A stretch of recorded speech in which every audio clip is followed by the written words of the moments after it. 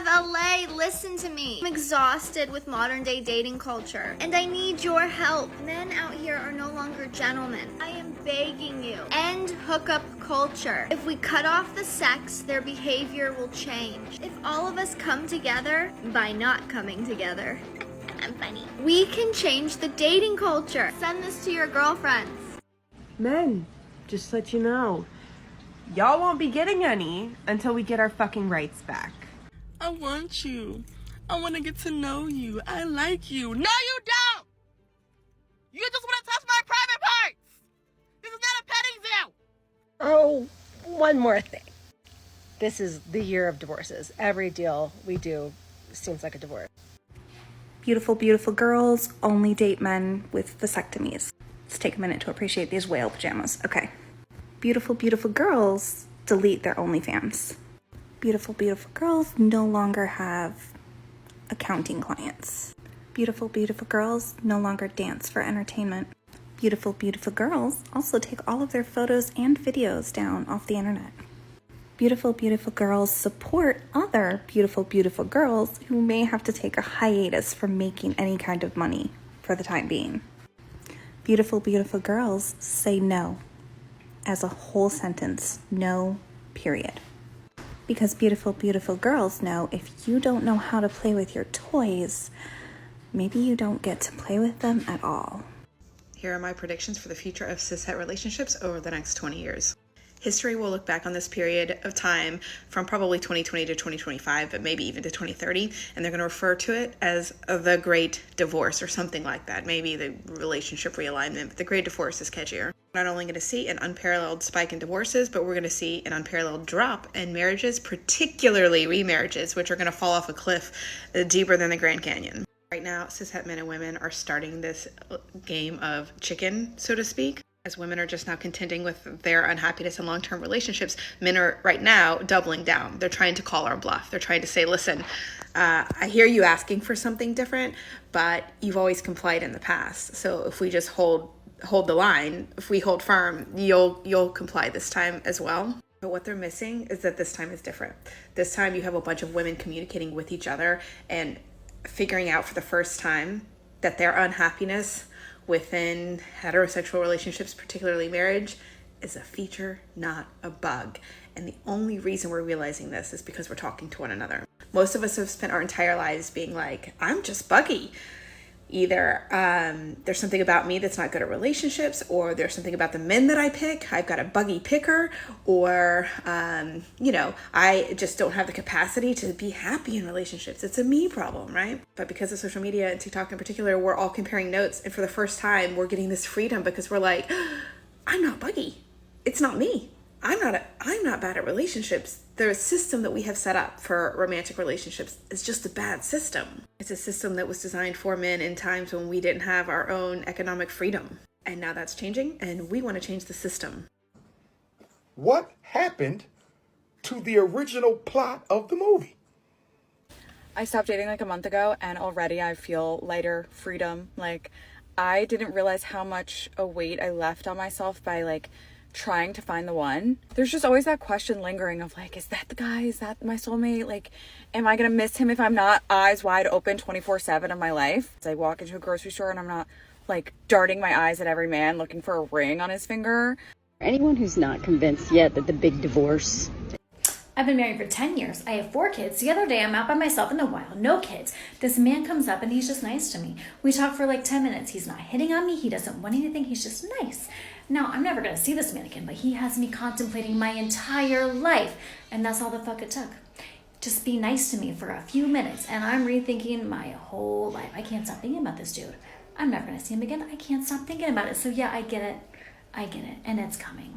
But maybe even to 2030, and they're going to refer to it as the Great Divorce or something. Since we are talking about the Great Divorce and leaving abusive, manipulative, good-for-nothing relationships, I invite women to also divorce themselves from diet culture. Break up with dieting, leave dieting behind. It is oppressive, it is misogynistic, it is rooted in misogynoir, it is ableist, it is just one of the most abusive relationships we could be in. leave it. Leave it behind. Divorce your diet. Break up with dieting. Have the best relationship you possibly can with yourself. Let's get to today's video.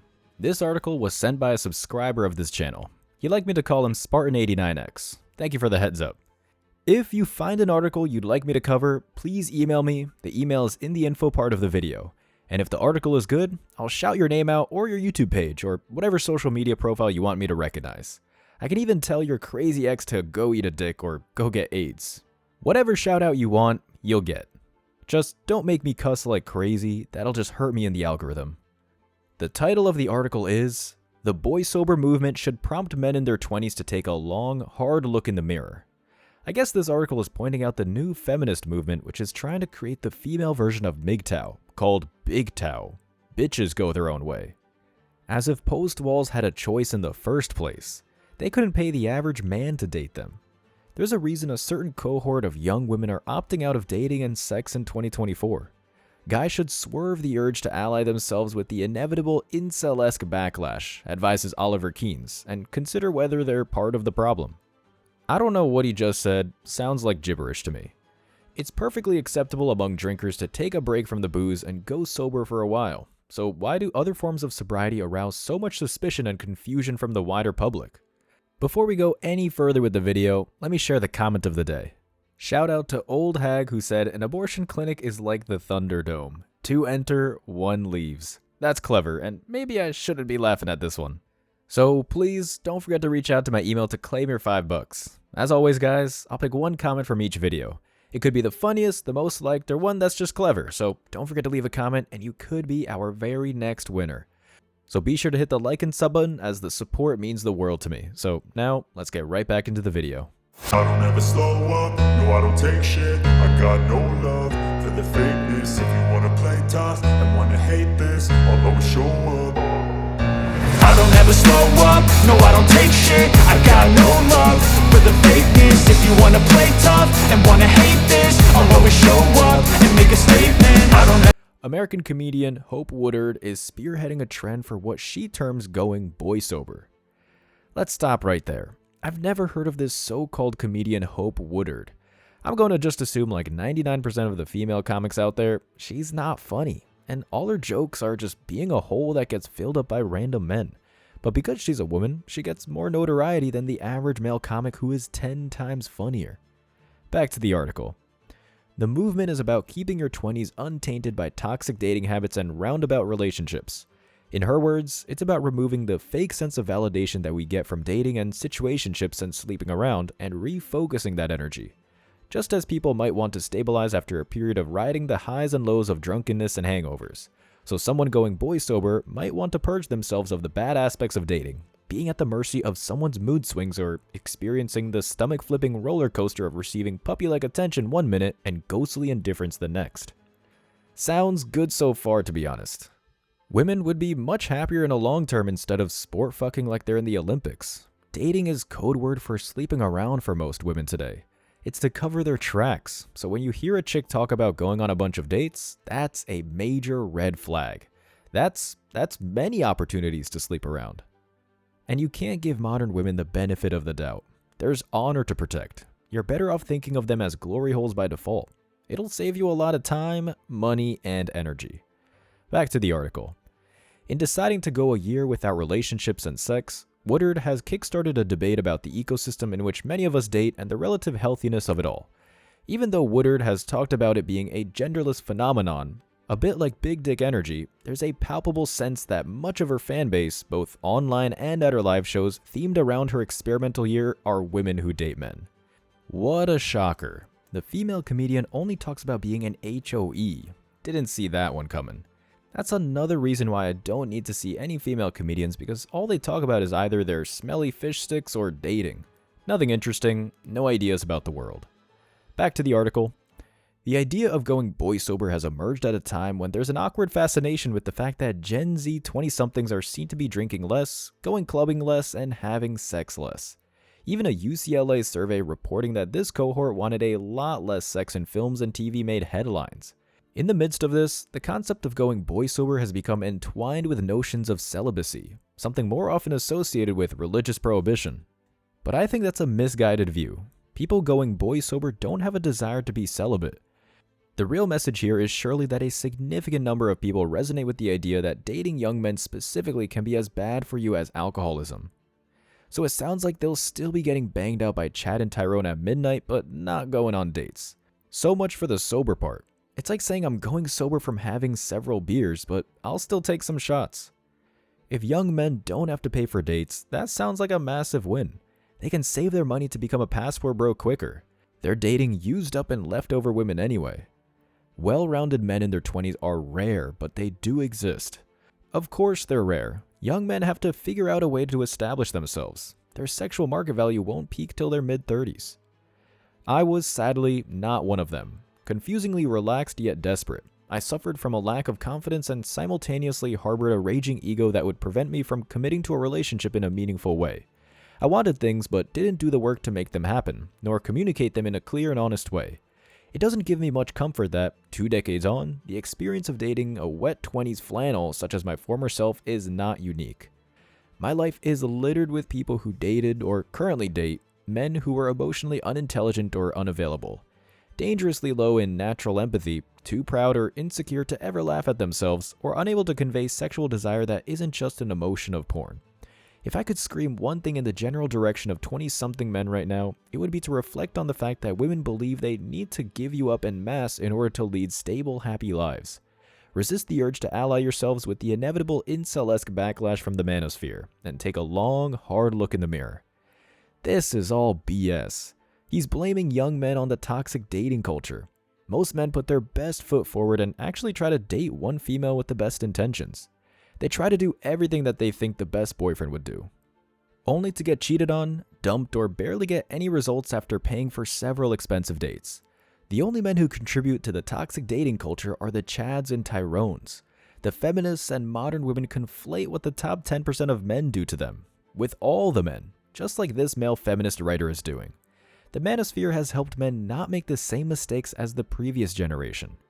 It's not a revelation that young men can be a bit crap, but perhaps what's so radical about the idea of going boy sober is the notion that you don't have to spend your 20s filling a gigantic landfill crater with heaps of terrible exes, horrid one-night stands, and commitment-phobic situationships in order to level up, find your footing, and finally find yourself in the process. Perhaps, as Woodard's challenge posits, we can attempt to find ourselves first, and then apply that to excellent sex and dating. It challenges established Western orthodoxy that says you have to kiss or casually sleep with a few frogs before you settle down with the one. This guy is a mangina. He's taken the gibberish of a funny 304 female comic as gospel. She's on a so-called break because she got banged out during her whole adult life. Her snatch is a DNA database for unsolved murder cases. Sleeping around isn't the Western orthodoxy. It's the feminist modern women's Sex and the City lifestyle. The West, just like most traditional countries around the world, used to preach virgin marriage. Maybe a girl would kiss 2 guys after dating them to figure out who to marry. It's the baddie lifestyle that says women should have their fun then marry when they turn 30. Take Poor Things, where Emma Stone's Bella Baxter character ultimately... I'm going to skip this paragraph. It's just dumb. He's talking about some chick movie that no man will ever see and try to compare that to the real world. This writer must be gay. I wouldn't be surprised. Not one bit. But what if we're actually changing? Flattering myself for one moment, maybe the heartfelt testimonies of the many 40-somethings like me are finally getting through to the younger generation. There is an army of people alive today who had terrible relationships in their 20s, better ones in their 30s, and unbelievably good ones in their 40s. Knowing that there is life, so much of it good, beyond the pressure cauldron of your early adulthood is something I desperately wish I'd known sooner. We're not wasting our time and money on these 304s. We're cutting out all the heartache and finding 1 or 2 situationships that actually work for us. The manosphere has taught men not to allow themselves to be suckered or played, to look out for the red flags, to use dating apps for hookups only and not invest into modern women. No commitment to the cum dumpsters. If men feel slighted by women giving them up like steaks during veganary, there really ought not to.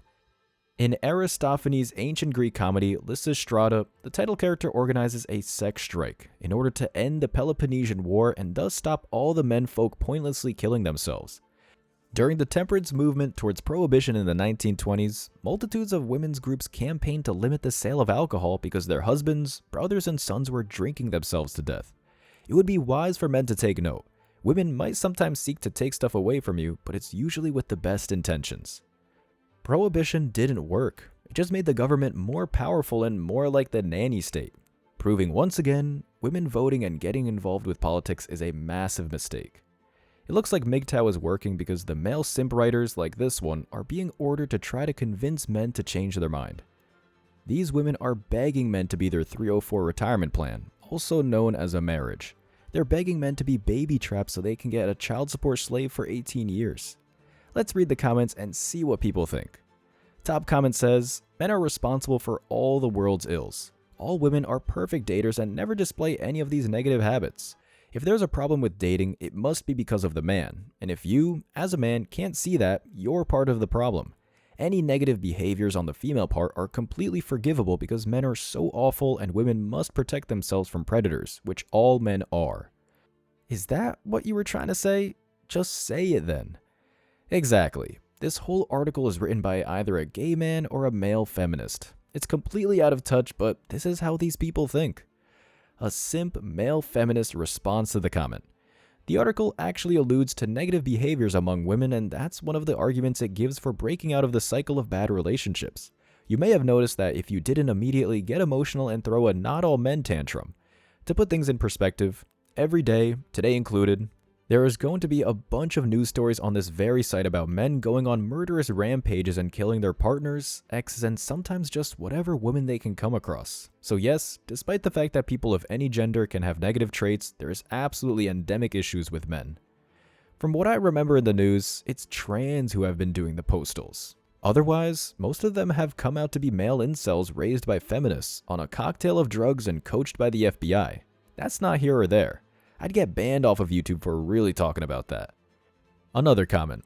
One could equally argue that the absence of self-absorbed females with a princess complex and an enlarged sense of entitlement will only be a benefit to society generally and younger men in particular. This is on the money. Couldn't say it any better.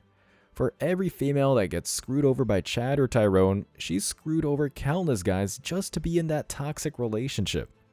And finally, this is a made-up thing promoted by a person on social media who is seeking celebrity and the income it generates. It is as nonsensical. Exactly. This female so-called comedian just did this to gain more popularity because she's unfunny. This whole boy-sober movement is a massive save face to these used-up women because they're not getting committed to. So they're trying to come out front and claim it's them who are walking away, even though there's no more men to walk away from. As always, I wish you tremendous success. Now it's your turn. What do you think? Let me know your thoughts in the comment section below. Remember that if you leave the best comment, you'll get $5. Thank you so much for watching. If you found value in this video, hit the like and subscribe buttons, ring the notification bell so you don't miss out on future uploads, drop a comment, and share it. See you in the next video. Till next time.